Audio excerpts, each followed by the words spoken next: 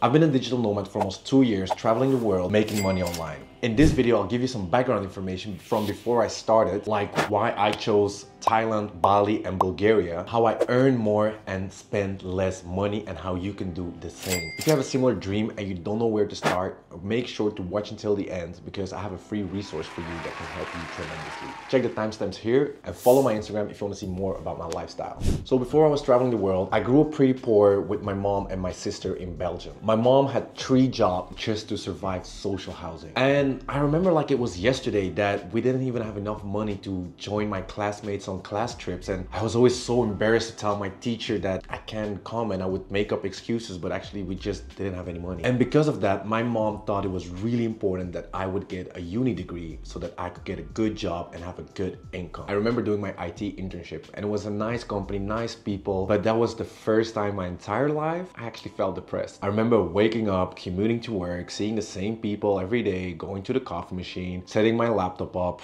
and just waiting for that next coffee break. It was horrible. If I look back at it, the day seemed so long and so boring, and everything just looked so great from my perspective. I thought if I take like this kind of IT job, I would get like a very high salary, but probably also my life standards would increase. So call me crazy, but I thought it's better to stay poor and have a lower life standard and then just take it from there. So after graduating in computer science, I got so many job offers and I declined them all, and people thought I was crazy because my biggest fear was literally working in that 9 to 5. And I remember the teachers trying to explain to me that it would be better to work there for a short time, save up some money, and then start my company. But honestly, I didn't agree with their thinking. So I declined all offers, decided to live longer at home and start my first company. I started an iPhone repair business on demand, which was insane, which was crazy.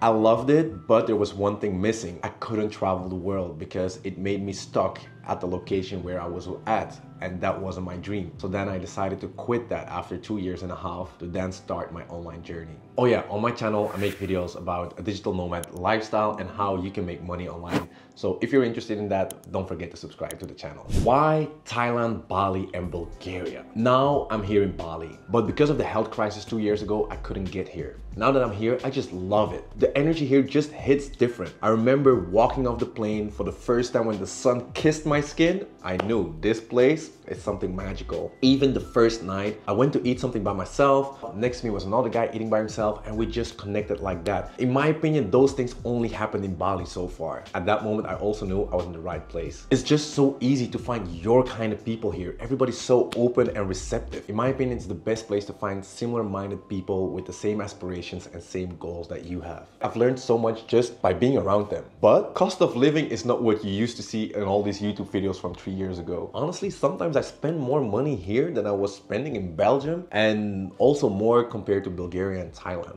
But the main difference, of course, is the lifestyle. When I was young, I only thought rich people were able to do that. But you just have to think about it. In a fancy place, like a meal is only $6 to $7 US. Imagine, in a fancy place. But rent is pretty expensive, especially when you're gonna compare it to Bulgaria and Thailand. So approximately here, I would spend $2,000 a month. Thailand is a similar paradise with even nicer beaches. The local food is cheaper and tastier, in my opinion. I remember eating my first local dish, and that just hits different. And it was only $2. And that same dish in Belgium would cost $25. And in my experience, like when food is cheap, it just tastes so much better. And the interaction, of course, with local people is so warm, so yeah, nice. For the same quality of guest house, in Thailand, I would only pay $200 to $250 US for rent. So it's a little bit cheaper to rent there.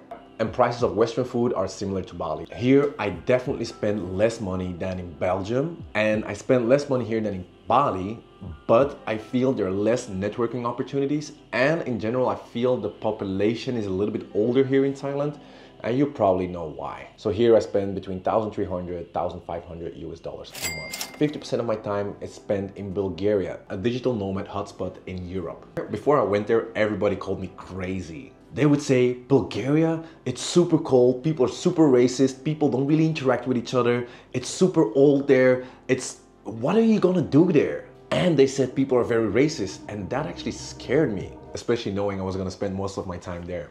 But when I arrived, I had a total opposite feeling.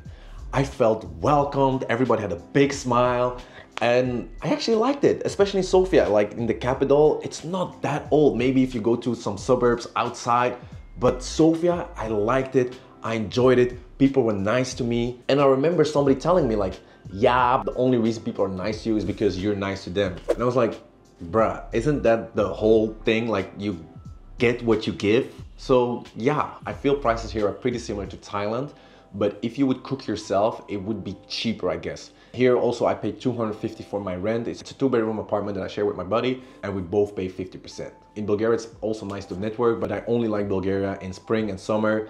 And which is also nice is it's very close to Turkey and Greece, so if you want a quick getaway, you can do that as well. So here I would spend between 1,300 and 1,500 US dollars a month. Oh yeah, little side note, solo traveling is not as easy as you would think.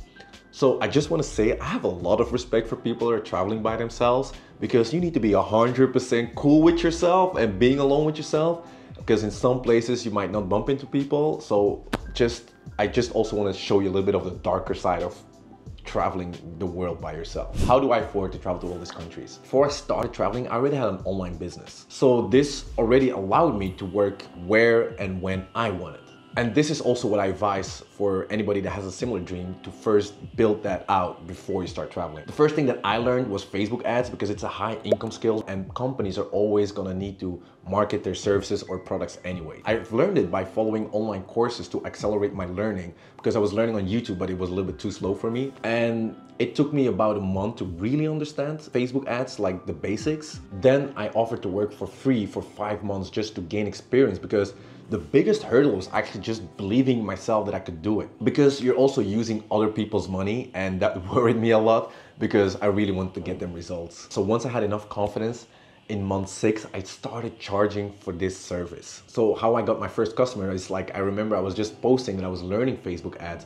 And then a person reached out to me asking me like, do I know anybody that does Facebook ads? And I said like, yeah, I do. Like, now I am the person that does that. And then my second customer was performance-based, and we did like 1.5 million revenue together. So all of a sudden I was getting like a little bit of that money that I was making for her, which was insane. That's when my eyes really opened of the potential of this business model. At this moment, I charge between 1,000 and 3,000 US dollars for this service. For this service, especially in the e-commerce niche. Also know that these prices come with my experience. In the beginning, I wasn't charging these prices. But just to put it a little bit in perspective, for example, I had a client and we did advertisings for her, and we spent 6,000 euros on ads and we made back 53,000 euros.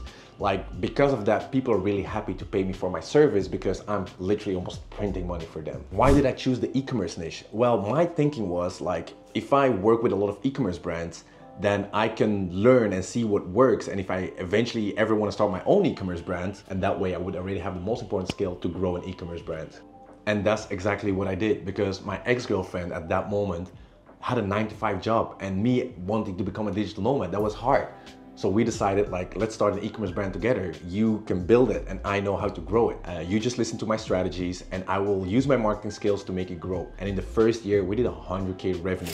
Mind you, this is revenue, not profit, because you also have to spend. So think about like a 30% profit margin here. That made it so that we could finally start traveling together, which was actually at that moment the dream. And as a side note, I would not recommend you starting a business with your girlfriend, because it puts a lot of pressure on the relationship, especially when you're traveling together and then you don't know if this is a business meeting, is this a relationship meeting, is this, I don't know. I wouldn't recommend it. So that's why a marketing skill, in my opinion, is a very good idea, because it doesn't matter what you do. Like, for example, I have an agency, I can sell my services. I have an e-commerce brand, I can make sales for myself because I know how marketing works. But even like for my sister, she has a nail studio, and I could use the same principles for her nail studio to get more customers. Now, if you're thinking of having a similar lifestyle, and you want to see the world and you want to make money online, but you have no idea where to start, I created a resource with 50 different business models that you can study and see which would fit for you if you want to start living this lifestyle. So you can download that today. And if you're really serious about this, I also have some homework for you.